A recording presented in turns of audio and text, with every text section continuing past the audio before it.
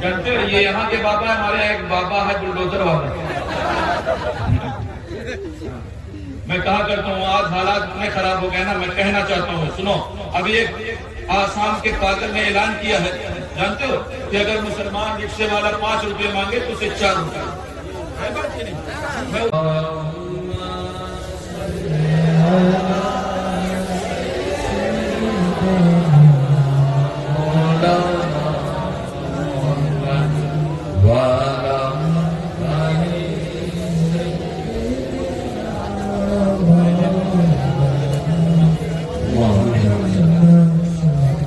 تقریر سن رہے ہیں، سننا چاہیں گے؟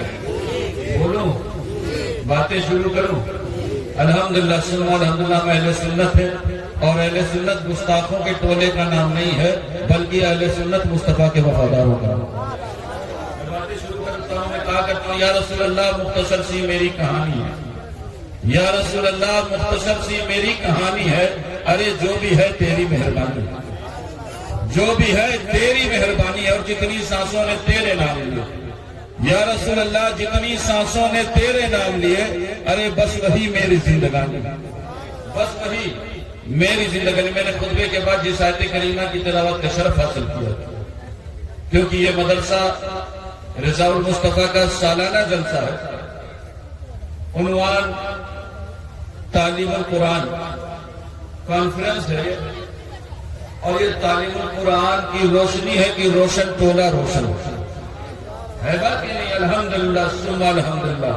قرآن کے حوالے سے ہمیں باتیں کرنا میری کوئی حیثیت نہیں، کیونکہ میں قرآن کے حوالے سے باتیں کروں، لیکن میں کہا کرتا ہوں جانتے ہو یہ کتاب لاریب کتاب ہے، بے ہے، شک سے پاک کتاب. اس کتاب میں شک نہیں ہے، اور اس کتاب کی شان یہ ہے نا، اس کتاب میں ہر خشک اور تر کا ذکر ہے. اللہ رب العزت کلام بلیغ میں ارشاد فرما رہا ہے وَلَا رَطْبٍ وَلَا يَابِسٍ إِلَّا فِي كِتَابٍ.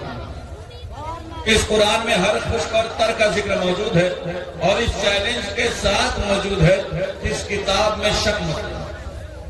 ذَلِكَ الْكِتَابُ لَا رَيْبَ فِيهِ. اس کتاب میں شک نہیں، شک سے پاک کتاب. اور ایک بات بتا دیں، اس کتاب دنیا کی کسی بندے کی آپ جب کتاب پڑھتے ہیں نا، تو اس کتاب کو پڑھنے کے بعد نتیجہ نکالتے کہ میں نے یہ کتاب پڑھی، مصنف کی یہ رائٹنگ تھی.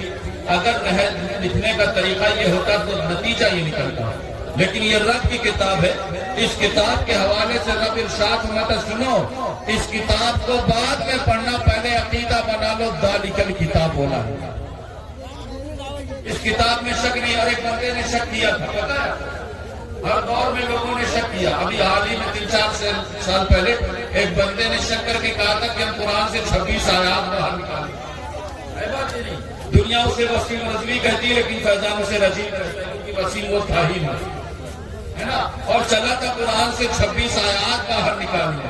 لیکن مصطفیٰ کریم کے غلاموں سنو، قرآن سے 26 آیات تو باہر نہیں نکلی، البتہ وہ اپنی کمیونٹی کے باہر نکل گئے.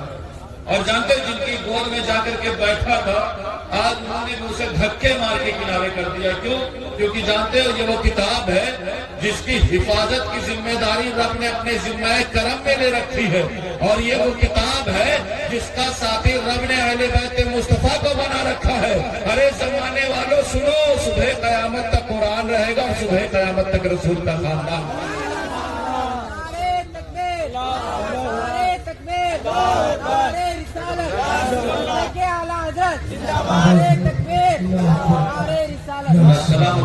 اور ایک بات اور بتا دیں، اس کتاب کا آج کبھی ہم دیکھتے ہیں سوشل میڈیا پر کوئی اس کتاب کو پھاڑتا، کبھی ہم دیکھتے ہیں کہ کوئی ہمارے سامنے اس کتاب کو جلاتا. آخر اس کتاب کے خلاف اتنے منصوبے کیوں ہیں؟ آخر اس کتاب کے لیے اتنی سازشیں کیوں ہے؟ میں ایک بات بتانا چاہتا ہوں، قرآن کو جلانے والے سنیں، یہ وہ کتاب ہے نا، آپ اسے جلاتے جلاتے تھک جائیں گے. یہ قرآن ختم ہونے والا نہیں ہے، کیونکہ یہ وہ کتاب ہے جو صرف ورقوں میں محفوظ نہیں ہے، بلکہ یہ وہ کتاب ہے جو مسلمانوں کے سینوں میں محفوظ ہے. اسی لیے تو میں کہا کرتا ہوں، ہے قول خدا قول محمد فرمان نہ بدلا جائے گا. ہے قول خدا قول محمد فرمان نہ بدلا جائے گا. ارے بدلے گا زمانہ لاکھ مگر قرآن نہ بدلا جائے گا. عیب کتاب، بے عیب کتاب. اس کتاب میں شک سے پاک کتاب اور اس کتاب کے حوالے سے علماء موجود ہے، ان سے پوچھے ہی آپ کو بتائیں گے۔ اس کتاب کے حوالے سے علماء فرماتے ہیں کہ اس کتاب کو اللہ رب العزت نے حضرت آدم علیہ السلام، جانتے ہیں کون ہے حضرت آدم کو؟ نام سنا ہے آپ نے؟ کون ہے؟ کون ہے؟ نبی ہے نا، احمد کے اعتبار سے پہلے نبی۔ اور کیا؟ اور کچھ رشتہ ہے ہمارا ان سے کہ نہیں؟ الحمدللہ ہم اس قوم سے تعلق رکھتے ہیں جو جانوروں کو اپنا باپ نہیں بناتے۔ الحمدللہ سبحان اللہ، حضرت آدم علیہ السلام کی اولاد ہے نا، نسل انسانیت کے باپ ہیں حضرت آدم، اور آمد کے اعتبار سے پہلے نبی ہیں۔ جانتے ہو علماء فرماتے کہ اللہ رب العزت نے حضرت آدم علیہ السلام کی تخلیق سے 50,000 سال پہلے قرآن کیا۔ کتنے سال پہلے؟ کتنے زیرو ہوتے ہیں 50,000 میں؟ الحمدللہ سبحان، کتنے سال پہلے؟ 50,000 سال پہلے، یعنی آدم کا صحیفہ بعد میں لکھا، نوح کا سفینہ بعد میں لکھا، ابراہیم کا قرینہ بعد میں لکھا، یوشع کا زہد و تقوی بعد میں لکھا، یوسف کا جمال بعد میں لکھا، موسیٰ کا جلال بعد میں لکھا، دن اور رات بعد میں لکھے، چاند اور سورج بعد میں لکھے۔ سب سے پہلے رب نے آمنہ کے لال کے لیے، عبداللہ کے در یتیم کے لیے، فاطمہ کے بابا کے لیے، حسنین کے نانا کے لیے قرآن لکھا۔ کتاب یہ ہے، اس کتاب میں شک سے پاک کتاب۔ اس کتاب کے حوالے سے جانتے صاحب نے سوال کیا تھا، کس سے؟ حجت الاسلام حضرت امام غزالی سے۔ امام غزالی سے سوال کیا گیا تھا، امام غزالی آپ بتائیں قرآن ہے، آپ قرآن کی ڈیفینیشن کریں تو بتاؤ حضرت امام غزالی کیا بیان کرتے ہیں؟ جانتے ہو امام غزالی نے جواب دیا کہ سنو، تم کسی عابد کی کتاب کے حوالے سے نہیں پوچھ رہے بلکہ معبود کی کتاب کے حوالے سے، تم کسی مخلوق کی کتاب کے حوالے سے نہیں پوچھ رہے بلکہ خالق کی کتاب کے حوالے سے پوچھ رہے ہو۔ ارے سنو، اس کتاب کی میں شان نہیں بیان کر سکتا، لیکن اب اگر تم نے سوال کیا تو میں ایک بات بتا دوں، اس قرآن کا قرآن امتیاز ہے کہ یہ چھوٹا بھی ہے اور بڑا بھی۔ اب جس بندہ آیا تھا نا وہ بہت منطقی اور منطقی اور فلاسفر تھا، اس نے کہا امام غزالی میں آپ کے پاس اپنی الجھنوں کو سلجھانے کے لیے آیا کرتا ہوں، آپ کہہ رہے ہیں قرآن چھوٹا بھی ہے اور بڑا بھی ہے۔ ہم نے منطق اور فلسفہ میں پڑھا ہے کہ جو چیز چھوٹی ہوتی وہ بڑی نہیں ہوتی، جو چیز بڑی ہو جایا کرتی پھر وہ چھوٹی نہیں ہوتی، اور آپ قرآن کی اس سے تعریف کر رہے ہیں۔ حضرت امام غزالی مسکراتے ہیں اور مسکرا کر کے فرماتے ہیں، سنو، حیرت یہیں پر نہیں ہے کہ قرآن چھوٹا اور بڑا ہے، بلکہ سنو قرآن آسان بھی ہے اور مشکل بھی ہے، قرآن آسان بھی اور مشکل بھی۔ اب حضرت امام غزالی کی بارگاہ میں جو بندہ آیا تھا نا وہ حیرت میں پڑ گیا، امام غزالی ہم آپ کے پاس اپنی الجھنوں کو سلجھانے آیا کرتے تھے، آپ سے قرآن کے حوالے سے پوچھا تو آپ فرما رہے کہ قرآن آسان بھی اور مشکل بھی ہے، آپ فرما رہے قرآن چھوٹا بھی اور بڑا بھی ہے، آخر یہ کیسے ممکن ہو سکتا ہے؟ کیوں؟ کیونکہ ہم نے دیکھا ہے کہ جو چیز چھوٹی ہوتی وہ بڑی نہیں ہوا کرتی، جو چیز بڑی ہو جاتی پھر وہ چھوٹی نہیں ہوتی، جو چیز آسان ہوتی پھر وہ مشکل نہیں ہوتی، جو چیز مشکل ہو جایا کرتی پھر وہ آسان نہیں ہو سکتی۔ آخر یہ بات قرآن پر کیسے ثابت ہو سکتی ہے؟ حضرت امام غزالی مسکراتے ہیں اور مسکرا کر کے فرماتے، سنو، میں نے تجھ سے پہلے ہی کہا تھا کہ تم نے کسی عابد کی کتاب کے حوالے سے نہیں بلکہ معبود کی کتاب کے حوالے سے پوچھا تھا۔ ارے سنو، قرآن اتنا چھوٹا ہے کہ ہماری تمہاری قوم کے چھوٹے سے بچے کے ہاتھ میں آتا ہے۔ مدرسہ رضائے مصطفیٰ میں آپ آئے ہیں نا دیکھنے، یہاں چھوٹے چھوٹے بچوں کے ہاتھوں میں قرآن ہے بات نہیں؟ اور سنو، یہ کتاب اتنی بڑی ہے، رب کی یہ کتاب اتنی بڑی ہے کہ رب نے کائنات کے نظام کو اس کے اندر سمو کر کے رکھ دیا۔ اور سنو، یہ کتاب آسان ہے، یہ کتاب اتنی آسان ہے کہ ہماری تمہاری قوم کا کوئی چھوٹا بچہ اسے 2-4 سال کے اندر اپنے سینے میں محفوظ کر دیتا ہے۔ مدرسہ رضائے مصطفیٰ کے طالب علم اسے 2-4 سال کے اندر اپنے سینے میں محفوظ کر لیتے ہیں۔ اور سنو، یہ کتاب اتنی بڑی ہے، یہ کتاب اتنی مشکل ہے کہ بڑے سے بڑا مفکر، بڑے سے بڑا رائٹر، بڑے سے بڑا اسکالر قرآن کی آیات میں غوطہ لگاتا رہا اور موتی نکالتا رہا، ارے اس کے تو عقل کی انتہا ہو گئی لیکن قرآن کی انتہا غیر اس کتاب میں شک نہیں، شک سے پاک کتاب۔ میں کہا کرتا ہوں، اسی لیے تمہیں کہتا ہوں کہ خدا کا ذکر کریں، ذکر مصطفیٰ نہ کریں۔ سنیں گے آپ؟ ختم کر دیں، بولو گے منہ کھولو گے؟ خدا کا ذکر کریں ذکر مصطفیٰ نہ کریں. ارے ہمارے منہ میں ہو ایسی زبان خدا نہ کرے. ہمارے منہ میں ہو ایسی زبان خدا نہ کرے. اور کہا خدا نے کی بخشش کی بات محشر میں, کہا خدا نے کی بخشش کی بات محشر میں. ارے میرا حبیب کرے کوئی دوسرا نہ کرے, میرا حبیب کرے کوئی دوسرا نہ کرے. اور درے رسول پر ایسا نہیں کبھی. درے رسول پر اللہ توفیق بخشے کہ ہم سب خدا کا گھر اور اس کے حبیب کا در دیکھیں. آمین تو بول دو.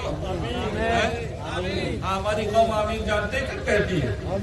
جب امام صاحب دعا مانگتے ہیں, جب تک امام صاحب کہیں گے یا اللہ سب وقت نمازی بنا دے, آمین نہیں. لیکن جیسے امام صاحب پہنچیں گے یا اللہ کاروبار میں برکتیں دے, آمین. یا اللہ کھیتیوں میں برکتیں دے, آمین. مصطفیٰ کریم کے غلاموں یقیناً کھیتیوں میں برکتیں اگر ملیں گی تو مصطفیٰ کریم کے صدقے میں ملیں گی. ہے بات کہ نہیں؟ یہ عزتیں, عظمتیں, رفعتیں, بلندیاں, عروج, مقام, مرتبہ جو کچھ بھی ہمیں ملا ہے سب کچھ نالین مصطفیٰ کے صدقے میں. ہے بات میری نہیں ہے بلکہ جانتے ہو علماء فرماتے ہیں, حضرت امام شامی لکھتے کہ ایک دو لوگ نہیں بلکہ 70,000 نبیوں نے اپنے وطن سے ہجرت کی. 70,000 نبیوں نے اپنا دیش چھوڑا, اپنا ملک چھوڑا, اپنی کنٹری چھوڑی. اور کہاں آئے چھوڑ کر کے؟ ملک اور وطن چھوڑ کر کے جانتے ہو کہاں آئے؟ مکے میں آئے. کہاں ہے مکے میں؟ کیا ہے مکے میں؟ کیا ہے؟ کعبہ ہے جس کا ہم اور اب طواف کرنے کے لیے جاتے ہیں. خدا کا گھر ہے مکے میں. جانتے ہو علماء فرما حضرت امام شامی لکھتے ہیں کہ 70,000 نبیوں نے اپنے وطن سے ہجرت کی اور ہجرت کر کے مکہ تشریف لائے. کہاں تشریف لائے؟ مکہ. اور مکے میں رہے. اور مکے کی طرف آنے کی وجہ یہ تھی کیونکہ ان کو معلوم تھا کہ اللہ کا آخری پیغمبر, اللہ کا حبیب مکین گنبد خضرا مکے میں مبعوث ہوگا. تو انبیاء کرام کی خواہش یہ تھی کہ جس زمین پر وہ مبعوث ہو ہم رہیں تاکہ ہماری ان سے ملاقات ہو, تاکہ ہمیں کونین کے والی کا دیدار میسر ہو جائے. اور جانتے صرف وہیں پر رہے نہیں بلکہ حضرت امام شامی لکھتے ہیں کہ ان انبیاء کرام نے مکے کی زمین کو اپنا مدفن بنا, یعنی مکے کی زمین میں وہ انبیاء کرام دفن ہو گئے. اب سوال ہوتا ہے امام شامی مکے میں رہنا تو سمجھ میں آتا ہے کہ ان کی خواہش یہ تھی کہ کونین کے والی کا دیدار ہو جائے, مکین گنبد خضرا سے ملاقات ہو جائے, اللہ کے حبیب سے کی ملاقات ہو جائے. لیکن مکے کی زمین میں دفن ہونے کی کیا وجہ ہے؟ تو حضرت امام شامی لکھتے کہ انبیاء کرام کی خواہش یہ تھی کہ ہم مکے کی زمین میں رہیں تاکہ ہماری ان سے ملاقات ہو جائے. اور اگر ملاقات نہ ہو پائے تو کم سے کم ان کے دیار میں ہمارا مدفن بن جائے تو ہو سکتا ہے کسی روز اللہ کے حبیب کے قدم ہماری قبروں کے اوپر پڑ جائے گا تو ہمارے لیے خوش نصیبی کی.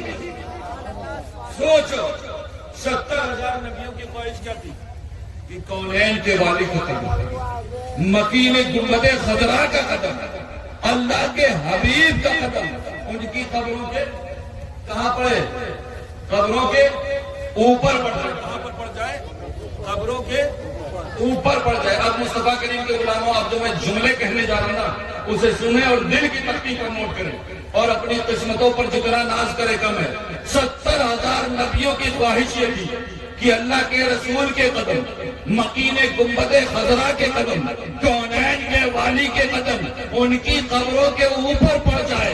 ارے مصطفیٰ کریم کے غلاموں اپنی قسمت پر جتنا ناز کرو کم ہے. کیوں؟ کیونکہ ہماری تمہاری قبر کے اوپر نہیں بلکہ ہماری تمہاری قبر کے اندر کونین کے والی تشریف لائی. اسی لیے تو میں کہا کرتا ہوں یہ عزتیں, عظمتیں, رفعتیں, بلندیاں, عروج, مقام, مرتبہ جو کچھ بھی ہمیں ملا ہے سب کچھ نالین مصطفیٰ کے صدقے میں ملا ہے. اسی لیے تو میں کہا کرتا ہوں یا رسول اللہ یہ ناز یہ انداز ہمارے نہیں ہوتے, یا رسول اللہ یہ ناز یہ انداز ہمارے نہیں ہوتے. ارے جھولی میں اگر ٹکڑے تمہارے نہیں ہوتے اور ملتی نہ ہمیں بھی حضور آپ کے در سے, ارے اس شان سے منگتوں کے گزارے جانے. نہیں کہ ہم رسول کی تعریف کریں, رسول کے حسن کی تعریف کریں. میں کہا کرتا ہوں زندگیاں ختم ہوئی اور قلم, یا رسول اللہ زندگیاں ختم ہوئی.